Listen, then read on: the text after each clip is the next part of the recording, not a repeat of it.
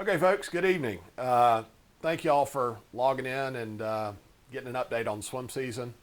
What I'm going to do is try and give you the latest and greatest on where we stand with regards to our swim season, which we are still hoping to have. And then when I'm done kind of laying out where we stand, I'll be happy to answer as many questions as I can. And if you bump into something that doesn't get brought up and you think about it after we get logged off, you can always call or email me. I'll be happy to help any way that I can. Next slide. So just a couple of details about the meeting. So we're going to have a chat available. If you look on your screen, you can just kind of click on that and see that conversation going on. We'll use that to handle questions. Once I'm done with the presentation, it will, I think, help us keep things to a limited amount of time and just make sure we get as many questions answered as possible. So again, please submit any questions via that and we'll get to those once I'm done presenting. Additionally, I'm going to send out a link to this meeting as well as the one on Monday. If you're interested in what we we covered the same territory, but if you're interested in the questions, you're happy to watch either of them. Additionally, I will send out kind of a recap of what we discussed, including a synopsis of all the questions that we've had come up and try and give you a quick rundown of those. It'll include also the PowerPoint presentation that we're going to go through tonight, along with links for a Google Doc, which I've set up to kind of let you give us an update on your team status for the year, as well as links to the CDC and some other local health organizations with some guidelines that have been laid out. Right now, feedback on summer swim. So first and foremost, I want to thank all of you for your continued positive attitude about all of this. This is something I don't think any of us could have ever anticipated happening. So this would have been real easy for us just to throw our hands up and say, there's just no way to do this and call it a summer. I think that, your continued optimism about trying to make this a reality has helped, fuel the fire amongst all of our teams and certainly with me to try and make this, happen. Overwhelmingly, the feedback's been that teams want to see a summer swim season. Kids have been cooped up for weeks now, in fact, months, with very little to do. All of the spring activities they normally would have had with baseball, soccer, lacrosse, all those things were taken away. A lot of the camps they'd be accustomed to being involved with their summer off the table. So, we offer a golden opportunity to get back out of the house, do something active, positive, and re-engage with our neighbors. But that's got to be done in the framework of a safe and responsible environment. That's the cornerstone of anything that we're going to do. So we're hopefully going to lay out how we can hopefully accomplish that goal.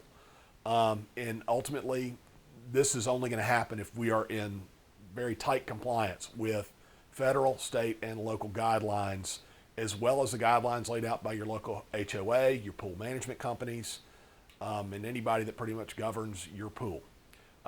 If we can't clear those hurdles from a thorough standpoint, we're going to have a very difficult time having a swim season. However, we are cautiously optimistic that we're going to be able to clear those hurdles and make this happen.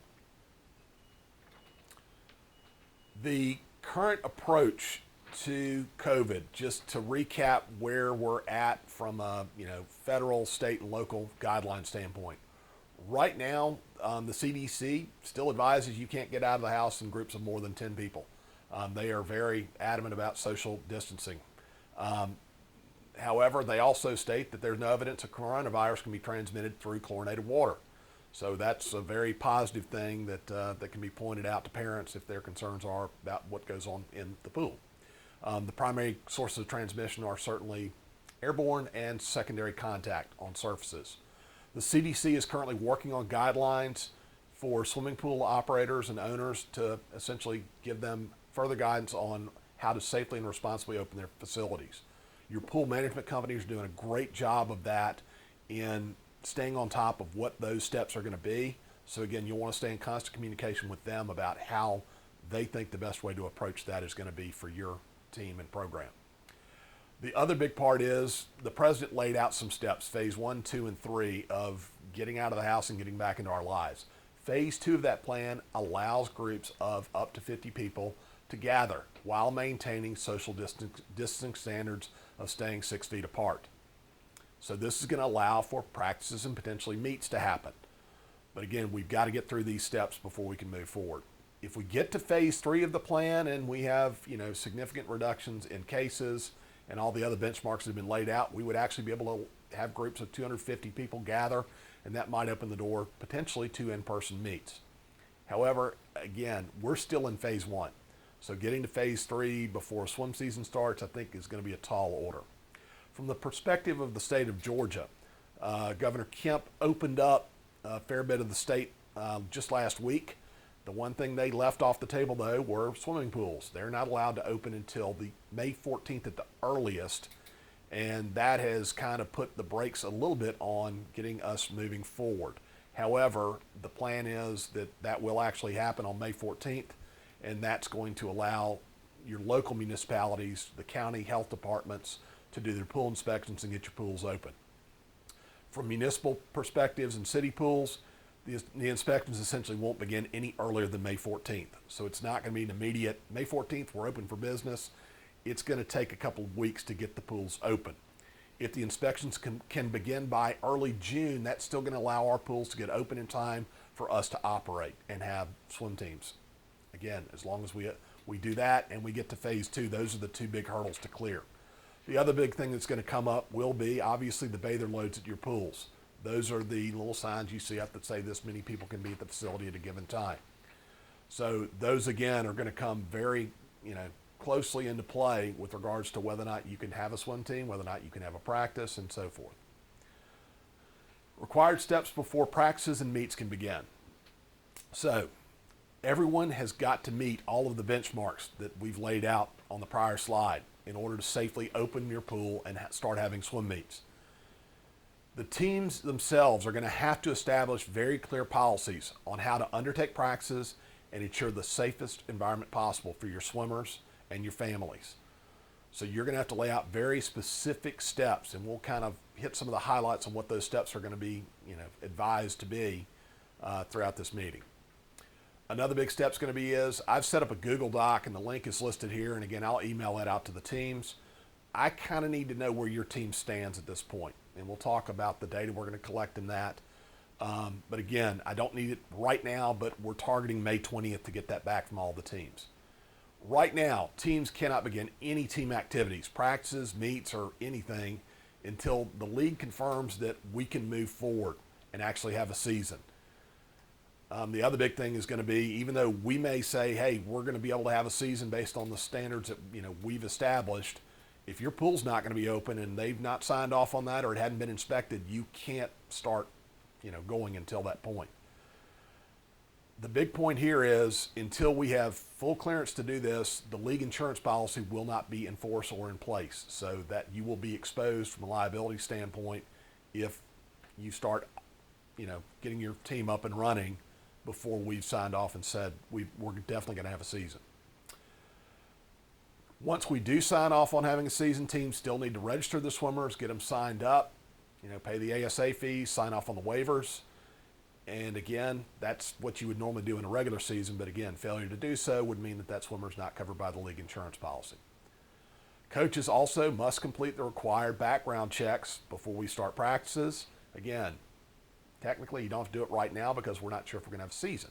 However, once we do authorize a season, which we hope we will, you're going to have to complete those background checks, and details on that were provided in prior meetings. And if you have any questions about that, feel free to email me with any questions. Teams need to coordinate closely with your pool management companies and your HOA to make sure that will the pool open? Because in some cases, some pools are not opening this summer. Also, are there going to be any extra steps that you're going to have to take for your pool management company or your HOA? I know that a lot of the HOAs are already talking about pretty much anybody walking through the gate of the pool is going to have to sign a waiver, understanding that they're, theoretically exposing themselves to coronavirus. Next slide, please.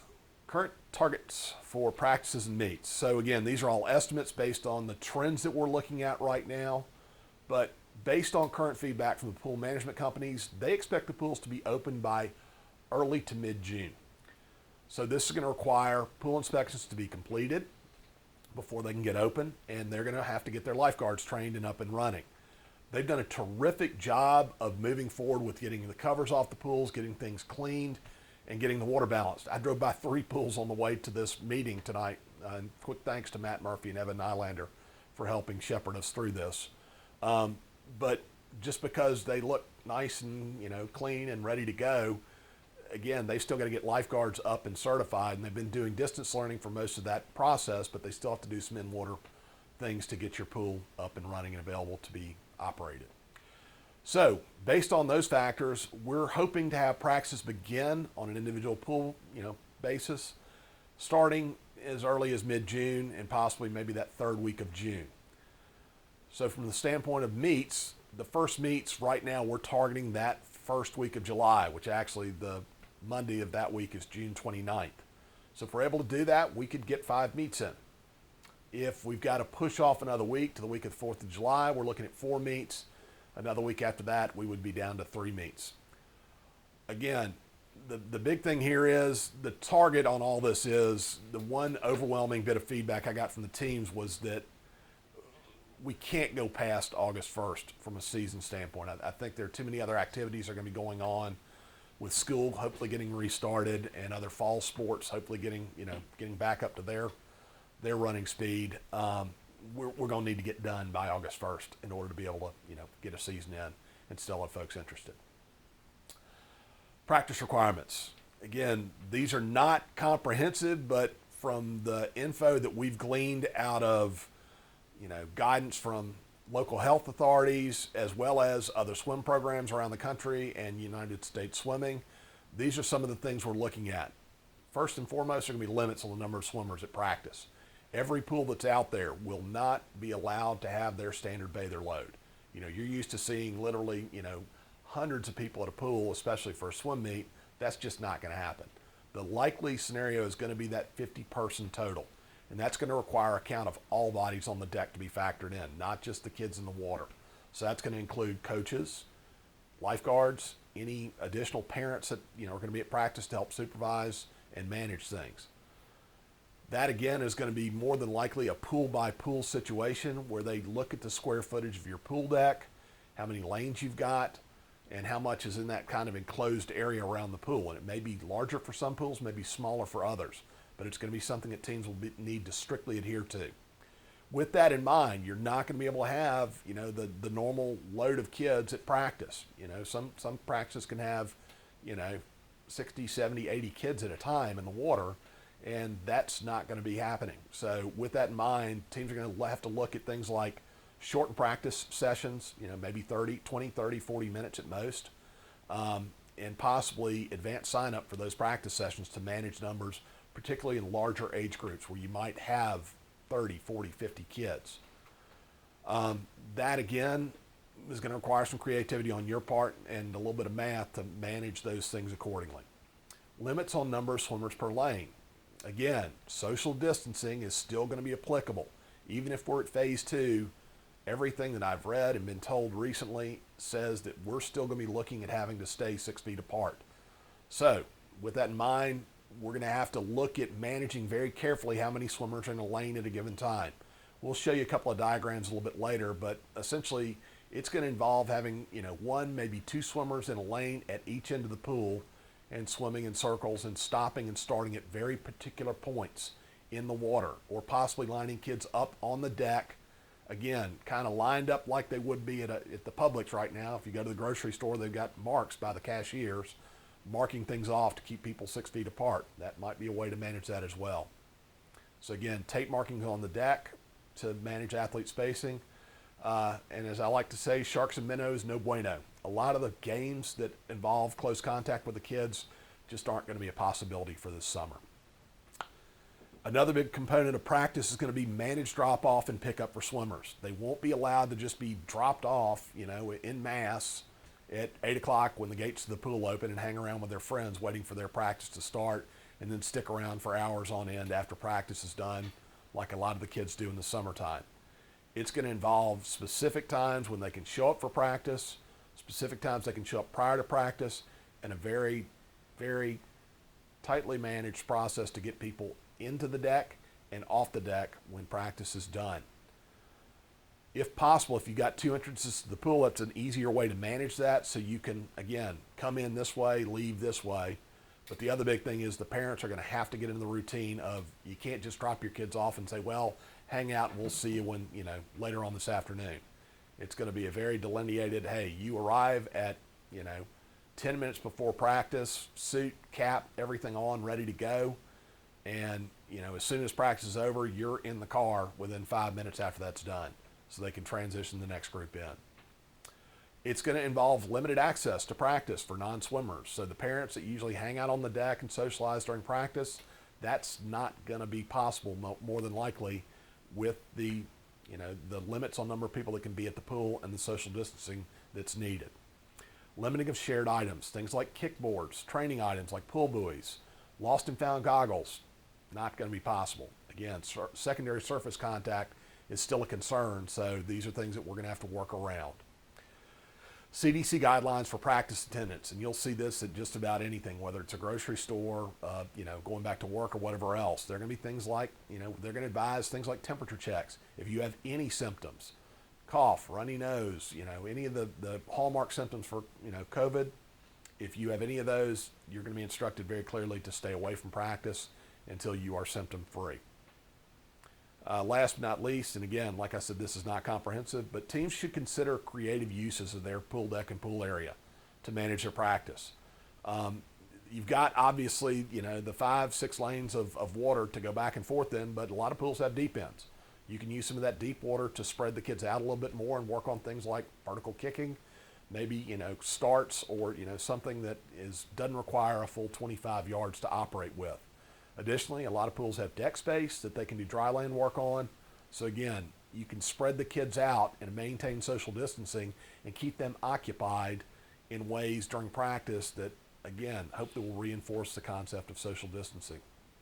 A great resource is listed at the bottom of this page. SwimSlam came out with an article recently regarding the steps that U.S. Swimming has started to lay out, advising teams on how to start to conduct their practices. So again, we're going to pass those along to you via this presentation and what I'll email out later. Like I mentioned, there are a couple of diagrams that U.S. Swimming came up with to say, okay, how do you keep kids apart in the water? Well, the lanes themselves are 7 feet wide at the least. So with that in mind, it's easy to stay 6 feet apart with one person in a lane or one person in a lane at each end. You're 25 yards apart in those situations. Another possibility to get a few more bodies in the pool would be to possibly, if you look at the circles laid out, you could have one swimmer that starts and stops on the wall, and then another swimmer on the opposite end of that lane that goes out to essentially the backstroke flags. That's 5 yards away from the pool, or from the wall. And if you were to put those swimmers on opposite ends, again, if they're swimming in circles, this allows upwards of 24 people in the water. You could go one step further if you wanted to put people out in the middle of the pool and have them start and stop in the middle. You can get an extra 6 bodies in there. I think that most teams, again, can make this work, but again, it's going to take a lot of communication, education up front with the kids and the families to say, okay, this is how practice is going to work in this situation, and this is how we actually have a swim team this summer. Another possibility, as I'd mentioned, was staging swimmers out on the deck. And again, this just involves taking a tape measure and marking spots on the deck to rotate kids in and out of the water. So again, if you look here, there's a good way to get a fair number of bodies on there. And this will come into play a little bit more when you're thinking about, when we're talking about swim meets. How would we manage getting, multiple heats of kids lined up and do so in a safe, and reasonable manner? Swim meets. So, competition is a big part of the league, and it's part of the experience of being on the team, but it's not the end-all, be-all of ASA. Teams need to consider being very flexible with how we're going to try and get our meets in this summer, with the understanding that this is kind of, we're going to have to look at some stuff that we're not accustomed to doing with regards to our traditional swim meets. That normal situation where we've got literally, hundreds of people on a pool deck. A meet with 2 small teams involves at least a couple hundred people when you factor in the number of swimmers, coaches, parents, volunteers. With what we're going to be operating with in limits of probably having 50 people on the deck at a time, we're going to have to rethink, how we're going to do this. While everyone would love to have traditional dual meets, it again is going to require a lot of bodies, and that would require us to be at phase 3 of the president's plan. If we're able to move to in-person meets, we'll do it. Again, if we get the green light from the proper authorities. The more likely scenario is going to have to be virtual meets, where teams do their part of their meet at their pool. And they'll swap results with the other team via high tech. You'll email result files to the other team, and there's an easy, step-by-step process that I've already laid out, and I'll communicate with teams as the season approaches about how to merge all this stuff together. But this is probably the cleanest way for us to do this. And the good thing about virtual meets are, first and foremost, it's a way to easily manage the number of people that are going to be on the deck. So a virtual meet doesn't have to be done at a very specific time. Teams are able to essentially, you can, do one set of events on one day. So the 6 and unders could do their events on Monday. The 7 and 8s could do their events on Tuesday. 9 and 10s on Wednesday. 11 and 12s on Thursday. The 13 and ups could do their stuff on Friday. Or you could manage in any, sequence or order that you want. I've gone ahead and looked at a couple of even bigger teams, and pared things down. And you've got to remember, when you would run a virtual meet, you would use all of the lanes at your pool for your swimmers. You wouldn't just swim in the odd lanes or the even lanes like you would in a regular dual meet. You would be able to use all the lanes at your pool. So with that in mind, I ran some time simulations on some events and for some bigger teams. And one of the teams that, I think they had, in one age group, they had, 60 swimmers were able to get their events done in about 30 minutes. So that, again, is this is a doable thing. It's a digestible way of doing this. The other big thing is it limits the need of bodies and parents to help operate these kinds of meets, because you don't need all of the people there. You don't need all the volunteers you would normally have. You don't need runners. You don't need, the high-tech people can do their jobs after the event. Ribbon people can do their jobs after the event. You don't need concessions people. You don't need the wealth of bullpen people to help line kids up. All those things get knocked down. Really all you need are timers, somebody to officiate, and possibly a place judge as a backup. So the staffing needs get minimized significantly, and they're a lot more manageable and digestible for teams. Planning and staffing is a lot easier too, because you're going to know if we're going to do 5 meets, we know for all 5 of our meets, this is when we're going to swim. This is, what time we're going to swim. You don't need to know exactly who you're going to swim. Is it a home meet, an away meet? It's, again, a little bit easier to manage and handle. You have the flexibility, like I mentioned, to conduct the meet over multiple days, and it's convenient for team and pool schedules. Teams can still maintain competition and contact with one another through this virtual meet. While again, it'd be great to be there in person, if we can't be there, this is the next best thing. It also provides the flexibility of competing with teams. You're not limited to geography. And also, if we have a situation where a team, has to back out, we can pivot around that very quickly from a league perspective and find another opponent very quickly and manage that without too much muss and fuss. It also affords the flexibility if a team sits there and in this Google Doc I keep talking about and says, hey, look, we don't think we can have a team. And then, a couple of weeks later, you realize the pool got open. It's not as, daunting a prospect of trying to get this pool together. We actually think we can have a team. We can get you rotated in back quickly as well. Running a virtual dual meet. So essentially, these are going to play out like your time trials at the start of the season or your mock meet. The way it would work is you would use the practice sessions and have those dedicated to run specific events. So for example, Monday you do the 8 and unders. Tuesday 9 and 10s, you just do it during practice, during the regular practice session. The big thing here is, though, we've got to match up yard teams with yard teams and metric teams with metric teams. And that'll be part of that Google Doc I keep talking about. It's just making sure we're getting that done when you provide me that detail about your pool. There's really not a clean way to match up a metric team against a yard team. So that's one thing we'll have to work on. Timers, again, 1 per lane. We're not going to have to run at that breakneck pace we normally run at with regular summer league meets. We can slow things down so one person can sit there, operate the watch, write the times down on their forms, and then move on to the next event. This again just helps out with social distancing, and again creates a safer environment for everybody involved. Officiating. This is a bit of a sticky wicket. I'd love to say that we can, get you lined up with refs for all your meets.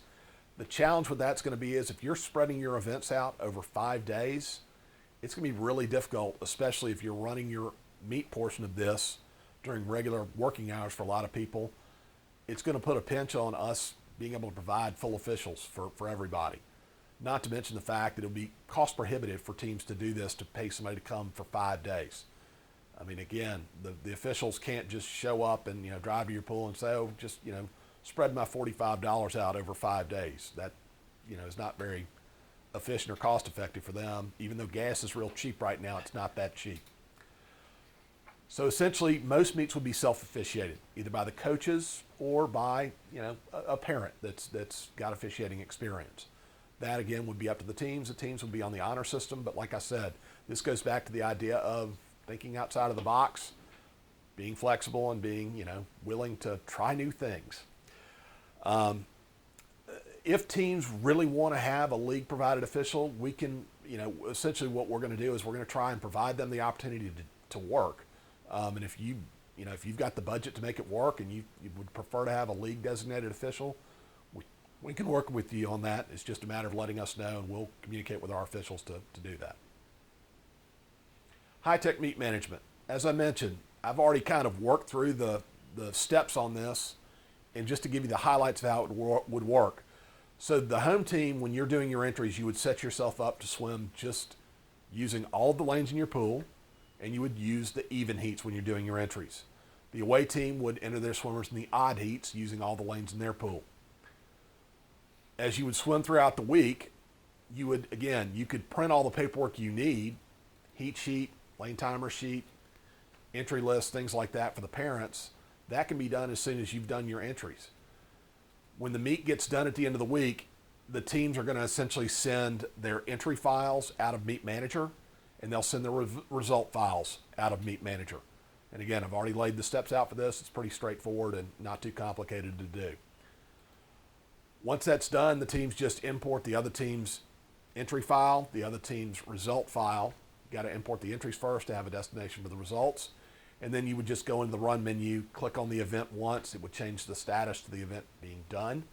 And then once you've clicked on the 86 events, click rescore, and it will rescore the entire meet.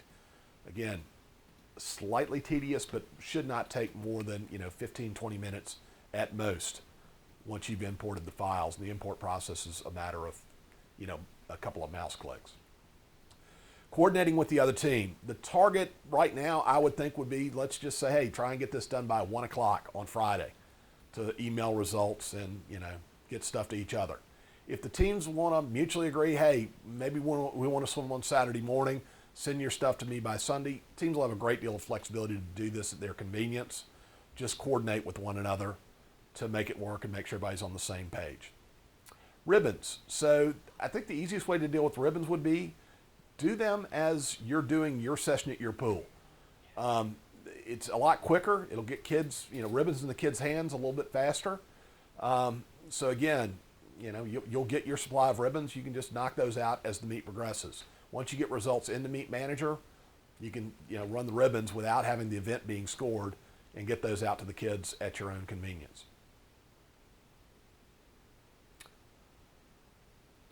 Bottom line, like I said, this is not going to be your father's swim meet. I think teams are going to have to be creative with a lot of this, and that's going to apply to the meets. You can still have the themes. You can still, do face paint. You can still do a lot of the fun stuff that's involved with meets and create some of that fun atmosphere, even though we're not all together, if that's the case. Another point is, if you've got something you want to come up with and think's a good idea for one of these, feel free to share it with me, because we'll try and include that in the league newsletter. Some other considerations on, trying to keep things fun and light and enjoyable is, maybe swim a different set of events. Hey, we're going to skip the IM this week, and we're going to do, elementary backstroke for one of the events. Whatever the teams can work with and agree to do, try to keep it fun and light best you can, because a lot of what we're going to be doing is going to be a little bit more regimented and rigid than what most of these kids are accustomed to. League championship meet. We remain hopeful to have one, but I think it's going to be a very tall mountain to climb for us. The typical league championship meet literally has, hundreds, if not up to 1,000 swimmers. And then when you throw in the parents, the volunteers, spectators, we're capped out well over 1,000 bodies in a place. And I think that doing that, and more importantly, doing so inside, I see that being highly unlikely. We're also probably going to have some issues even getting Georgia Tech. Right now, their plan for the summer is online classes, so their normal, staff of, lifeguards and venue staff are not going to be on site. So again, the other catch is going to be it would reduce the number of available meets we could have in the virtual environment. If we were to try and get something done at the very end of July, that's going to be a tall order. One thought that did get brought up was possibly a virtual championship. If teams, were to submit their results throughout the year, we can compile those results and do kind of a, maybe for bragging rights, a virtual championship. Other considerations. So registration items. First and foremost, make sure you've updated your waivers to include the elimination of the late fees. Another thought is going to be, and this has kind of come up very recently, we are probably going to have a revised waiver for the league that will be COVID specific. We are still working on formulating that, but that is probably going to be something we're going to have to ask teams to go back in. And for the swimmers that have registered, we're going to have to ask them to check that box as well. And then obviously that'll be factored into any future registrations. I would consider strongly, as your team, updating your own personal waivers to factor this in as well. I'll include link to resources on that can help y'all work toward that.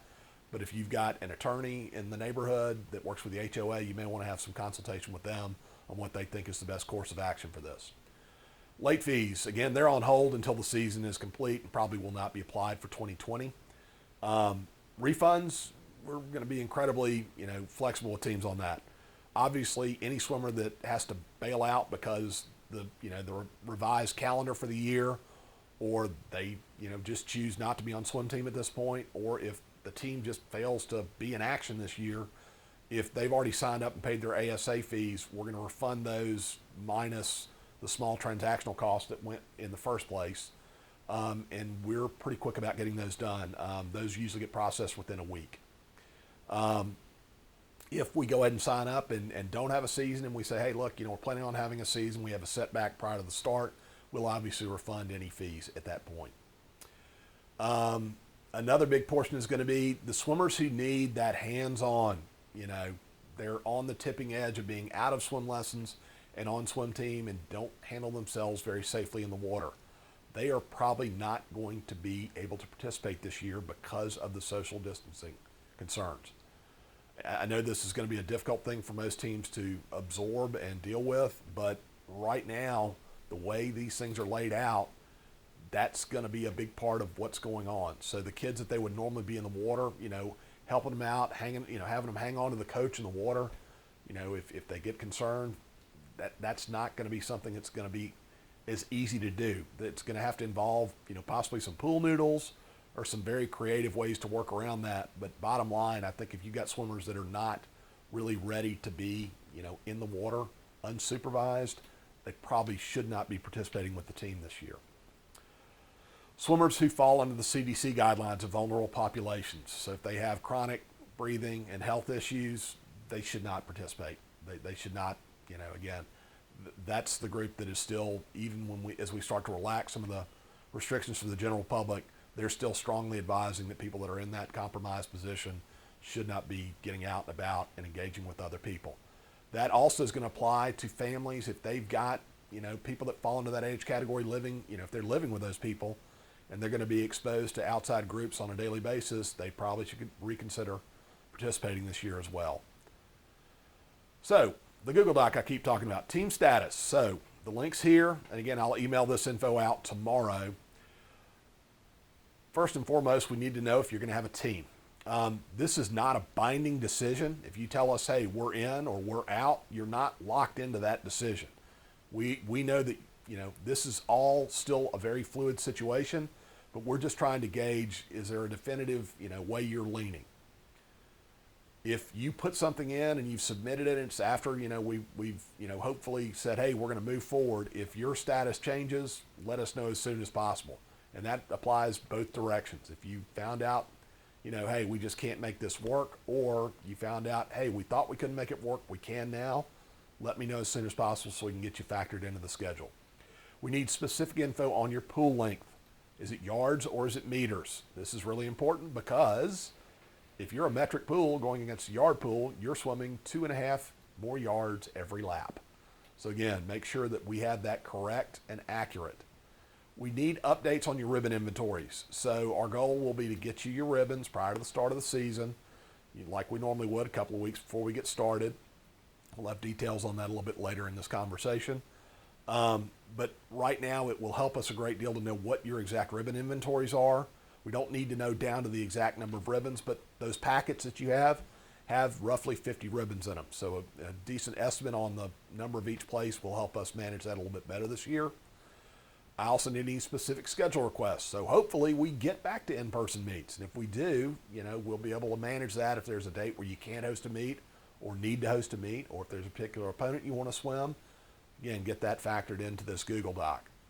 I'm targeting May 20th as the deadline for this. So again, the reason I'm giving you some extra time is I want you to go and have a very direct conversation with your coaches, with your management team for the team, and all of your families. Because again, we're all, hopefully progressing toward having a season, but we've still got some hurdles to clear. And some families will know definitively, hey, we want to do this if it's going to happen, or hey, even if it's going to happen, we're out.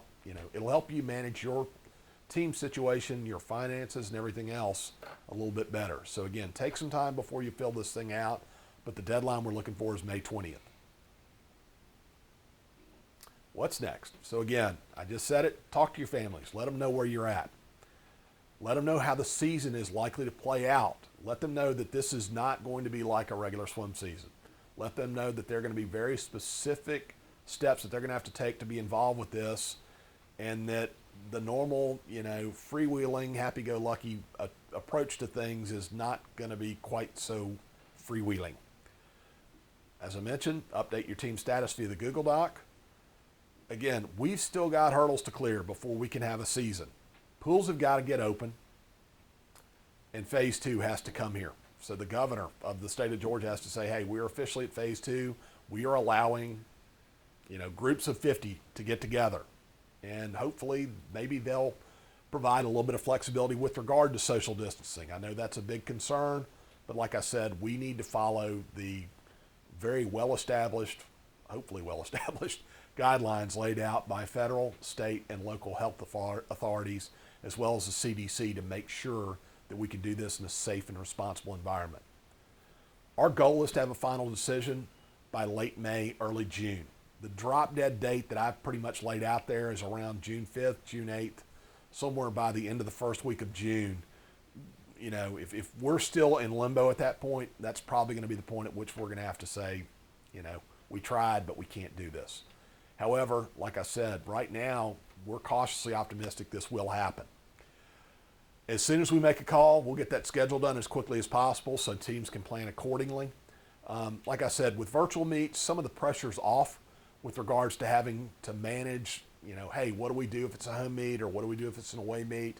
Who's in town, who's out of town? Some of the pressure goes off with the lack of a need for as many volunteers as you would normally have. We're still going to have, if we have a season, our regular meetings, our ramp-up meetings. So we'll have our annual rules meeting, hopefully in early June. Again, we'll do all these in a Zoom environment. We'll do a high-tech training probably within a week of that, probably early to mid-June. We'll do our coaches' rules meetings targeting mid-June, and then ribbon pickup. We're still working out the details on that. We're not sure if Marist will be an available option. If it's not, we've got another location that we've got our arms around. We just got to work out the details of how that's going to work. Some resources, and again, these will be emailed out to you in this PowerPoint presentation, but there's CDC, State of Georgia, as well as the Pool and Spa and Hot Tub Association. I know hot tub, who knows, but they're essentially the pool management industry. Their guidelines, they've been a really great resource for us and a good partner in all of this, as well as the link to the SwimSwam article that laid out the guidelines that U.S. Swimming recently came out with regards to how teams are going to get back to practice and hopefully get back in the water. Again, I can't thank y'all enough. You've been a real source of strength for me in trying to get through this. Your encouragement and positive attitudes and willing to think outside of the box mean the world to me, and it really reflects your desire to see us be able to have a swim season. So again, we're going to do everything in our power to make this a reality, but we're going to do so in a safe and responsible manner that hopefully provides the best chance for these kids to hopefully have a summer swim season. So at this point, I guess we'll delve into the chat and get into some questions. Yeah, as a reminder, guys, the chat line is open. Just type your questions in the chat, and we'll go through those for the next half hour or so, or as long as they last. Frankie, first question. If the season is shortened, are teams encouraged to reduce their fees or not? I think that's going to be a function of what your budget is for the year. In a lot of cases, the fees that teams establish for the year, most of the costs that go in there, much as the same as they would be for the swim league, are fixed. It's not something that they can, as much as they'd like to reduce things, if the season gets curtailed, they may be in a situation where they may have to significantly reduce the coach's salary that they're counting on. And some of the items, if you purchase any kind of spirit wear or anything like that, you can't return half of a t-shirt or a swim cap. On that same topic, is there any discussion around adjusting the league fees due to a modified season? Along those same lines, our expenses, if we move forward with the season, they're not going to be changed based on the number of meets. If we do find some savings, we'll certainly pass those back to the families in the form of reduced fees. But right now, as I look at it, our expenses are going to be the same whether we have 5 meets, 4 meets, or 3 meets.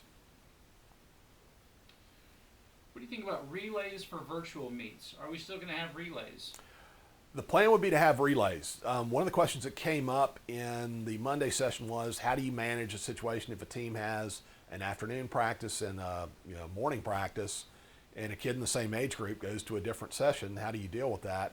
One thought was that you could do an aggregate time of the swimmers just flat start. They don't get an advantage with that moving relay start. So that could be a possible solution for that. And if there are concerns regarding, social distancing with relays, that can be managed in that capacity. Building on virtual meets, are we going to be doing these by age groups? That's going to be up to the teams. And really it's going to be up to the spread of swimmers across age groups. The way I would envision it would be is most teams are going to do these, you'll do the 9 and 10-year-olds on Monday. You do the 7 and 8-year-olds on Tuesday. You do the, 11 and 12s on Wednesday. You could spread those out throughout the week inside of their practice schedule, because the other big concern that I think a lot of pools are having is they're going to have to take away some pool time for the summer based on the fact that most of them aren't going to open on time.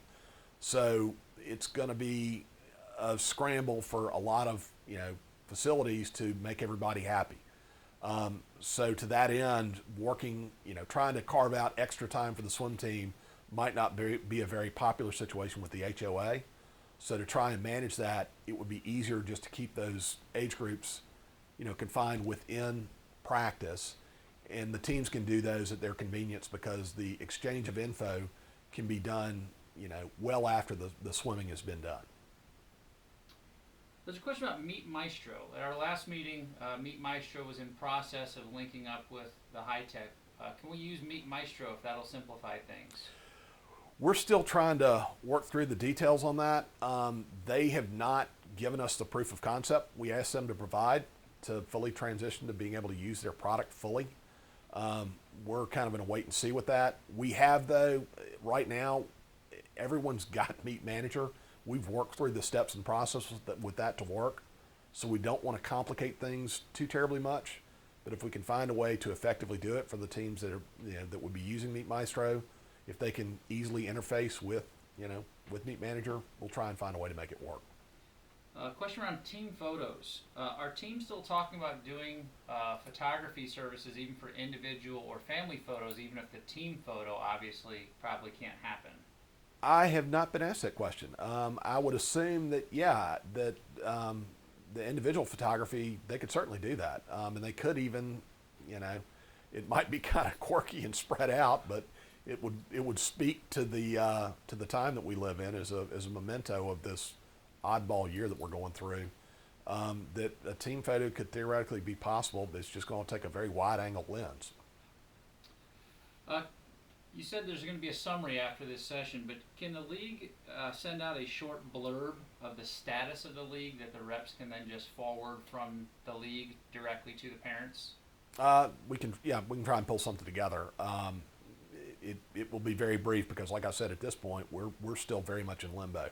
The info that I'm sharing with you, teams are welcome to share any of the emails that I've sent, or they could send the entire PowerPoint if they wanted to their teams. But like I said, I'll try and condense something down that will let teams share something directly with their members.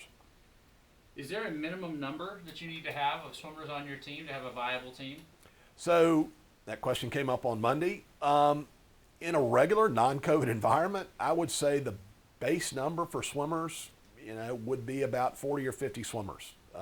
In this environment, though, I think teams can get down as low as 20, 30 swimmers and still kind of have a go of it because, like I said, the requirements for operations are not as significant from a number of body standpoint. You don't need nearly as many volunteers as you would, but again, I think that when you get to that number, some of this becomes an economic discussion. Is what can you afford to accomplish with the smaller number of swimmers from a budgetary standpoint? Could young swimmers have a family member in the water to help them participate? That's a great suggestion, one that we've started to kind of get our arms around. To work around the idea of the younger, less experienced swimmer, that would certainly be an alternative. To have either a sibling or even a parent could be present. But ultimately that's going to get back into, can you afford to have that extra body present at practice? And they'll have to follow the same social distancing norms that everybody else does. The one person they can obviously be in close contact with would be a family member. Thanks. Next up, age update. Is it still going to be June 1? Yes. I think that changing that at this point just adds an extra layer of complication that we really, I think that we're trying to keep things as simple as possible. I think flipping that switch right now would just further complicate things. All right, ribbons. Is there an idea, I want to confirm, if you're doing a virtual meet at your pool, will you just be giving out your ribbons 1st through 6th to your team, or are we waiting until after the meet merge results come back to then do ribbons? I would suggest just doing ribbons at your pool. I think it's quicker and easier to do, and I think having to wait till the end of the week just forestalls that. And I think it's hard to tell a kid that, when they get done with a race and they were the first kid to the wall, and then, at the end of the week they're getting a white ribbon in 3rd place because the kid that they never even saw that wasn't in the water with them, swam faster than they did. Does the league have any ideas for sanitizing, best practices, during, before, or after practices? I think that's going to fall more onto the shoulders of your pool management companies, but we will certainly pull that info together from them and share that with the teams. Again, we're still collecting a wealth of information right now. Every day brings another either set of good news, bad news, information, guidelines. So again, as we get that, we're trying to condense that as best we can so we can get that out to the teams so they can plan accordingly. All right, we are currently caught up on the chat. So we'll take the next 5 minutes. We'll take a just a pause for 60 seconds, see any other questions come in. How do you feel about teenage coaches taking temperatures from a liability standpoint? I think that the temperature taking is probably a task better suited to a parent volunteer or possibly even a lifeguard. I think that every pool is going to have different standards that they're going to require in order to come in the door. So again, that probably I would leave that up to an adult, or if it's going to be a coach, it should be a coach that's an adult. What are your thoughts right now about the fall league? We're still planning on trying to have it. The only problem with the fall league as it stands would be is the format of the meets right now is not very conducive to having the teams participate at their own facility. But if we can find a way to make it work, we will. We'll keep that door open.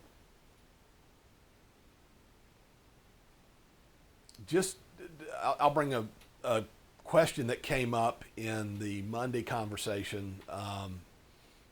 Some teams are very concerned about their financial situation for the year. I think that every team's expecting reduced numbers of swimmers. And with that, your budgets have gone down. We've also taken another huge source of revenue out of your hands. Virtual meets don't require a concession stand. So one of the big money makers for a lot of programs are concession sales during home meets. So that is something that teams probably need to take a very serious look at as to, unfortunately, how much they're going to be able to pay coaches, how many coaches they're going to be able to have, and then some of the add-ons that they've normally had with the team, like spirit wear, pizza parties, banquets, team awards at the end of the year, things like that. They're going to have to take a hard look at, can they afford to do that, or, unfortunately, do they need to increase the fee to be on the team for the year? That, again, is something that trying to give teams the best picture on how this is going to play out is something that you want to take a hard look at.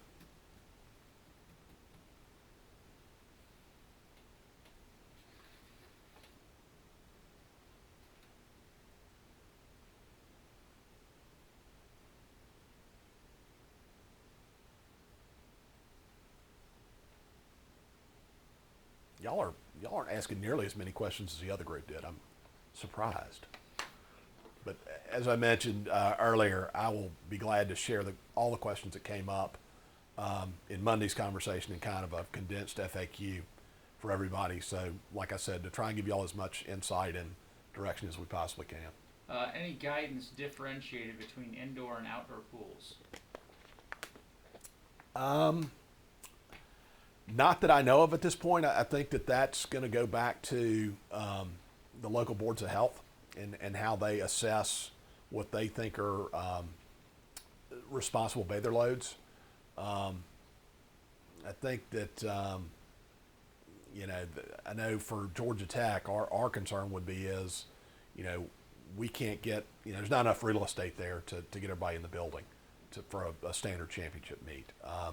But I would assume, and again, this is thinking more toward what the year-round programs like Dynamo and Swim Atlanta are currently working toward. I think that they're looking at the same operating standards that, inside or outside, regardless of whether there's a roof on the building or not. Have you had any teams talk about how they're thinking about increasing the length of their practice times to support shuttling one group in, one group out, so there's no crossing? Yeah, I think that time is your ally in that. I think if you got more time to spread out and have a 10, 15-minute transition period to get kids off the deck and get kids on the deck, that would certainly help.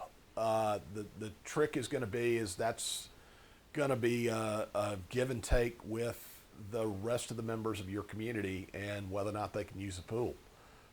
If you're taking an extra hour out of the day of pool time, that's not going to be a very popular situation in a lot of neighborhoods. So that's going to be something that, like I said, teams are going to have to get creative with their practice sessions, and it may require, shorter practice sessions in order to work around this and allow for these transition times. I'll bring back a question from Monday for you, Frankie. When we talk about a virtual swim meet, will the league be providing kind of a standard operating procedure for virtual meets and a meet manager template to at least a best practice suggestion for virtual meets? Yes, we're going to lay out a very, hopefully clear process for teams on how to operate, and a lot of it's going to be high-tech specific.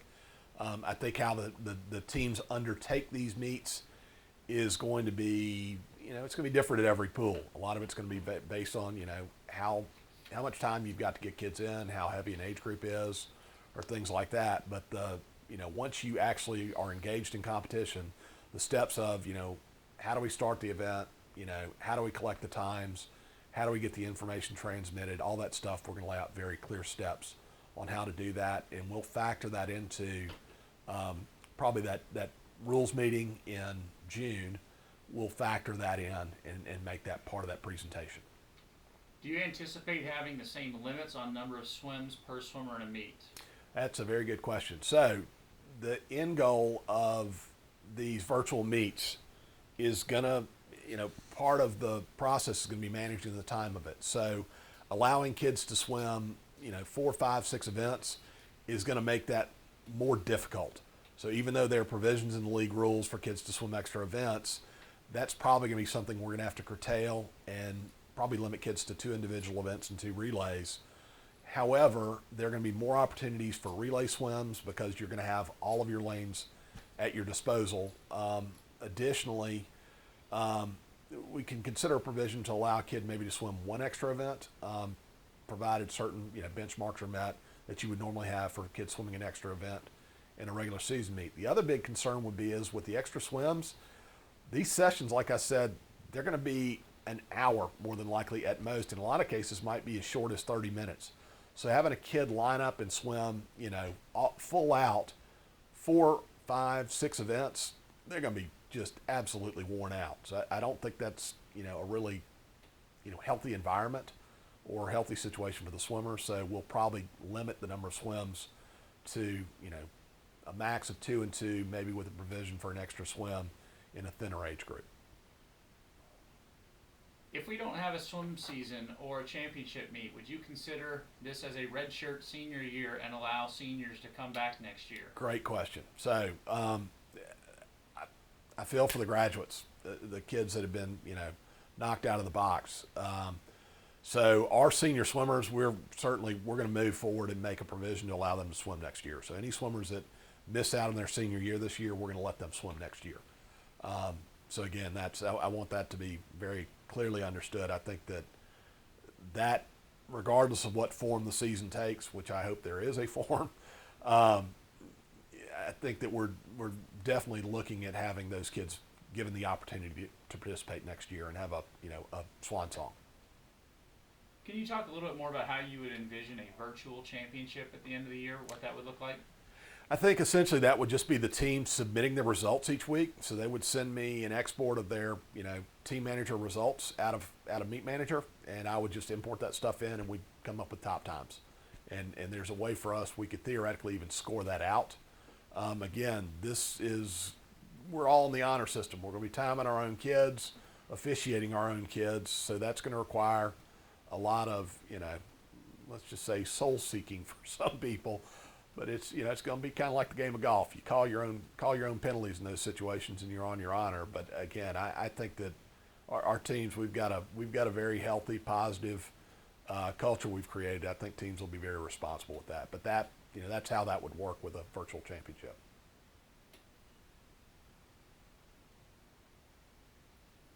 Does Trish Newmeyer get bonus points for wearing her dolphin hat this early in the year? Only if Miriam Schultz from Alpharetta has got her hair dyed green. So we got some traditions that is going to absolutely kill me to miss. I mean, right now this whole thing has got me so baffled. I'm so used to having a schedule done. I'd have been packing boxes with ribbons this week, getting ready to go, and it's all that stuff is it's on the shelf right now. I know all of us are twitching to get going. Although I got to say, if you had practice today, you'd have had some purple kids. They would have been freezing with the temperatures and the wind. And I hear it on good authority that apparently it was supposed to rain every single Thursday and Tuesday night at 5 o'clock this summer. So let's hope we see that, and we'll look real smart that way. All right, final chance. Any last questions? There was one question to ask how Buckley is handling the virus. My dog is the happiest dog on the planet. He does not know what to do with himself. All his people are home. He gets to go outside every day and take nice walks. So thank you for asking about my dog. All right, last real question. When will the updated waiver addressing infectious concerns be available? We're going to try and make it, I would say it's going to take us about a week. We've got an attorney working on it right now, but we're finalizing the language on it. So as soon as we get it, we'll get it out to the team so they can get cracking on doing that.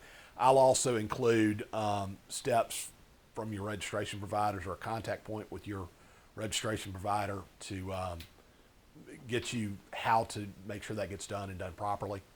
That again will be something that the league's going to have. I would strongly advise the teams to do it as well. I would start talking to your HOA or anybody that's your legal consultant. Can't believe a swim team would have one of those, but there's probably a parent in the neighborhood that's a lawyer that can give you specific guidance on what y'all should be factoring in for your own programs for your own benefit. All right, guys. Again, thank you so much. Keep pushing forward. We're going to do everything that we can to try and make this thing a reality. But we want to do so in the safest, most responsible way possible. And like I said, all options are on the table, including the not so positive one. But like I said, we're going to do everything that we can to get to a go situation and get some kids in the water. I know everyone's just dying to do this, but we all also want to do so in a responsible manner. So thank you. If you come up with other questions or anything else or need anything from me, always phone, email, let me know. Again, quick thank you to Matt and Evan for helping us out with tonight's presentation. I hope to see all of y'all at a swim meet real soon. Take care.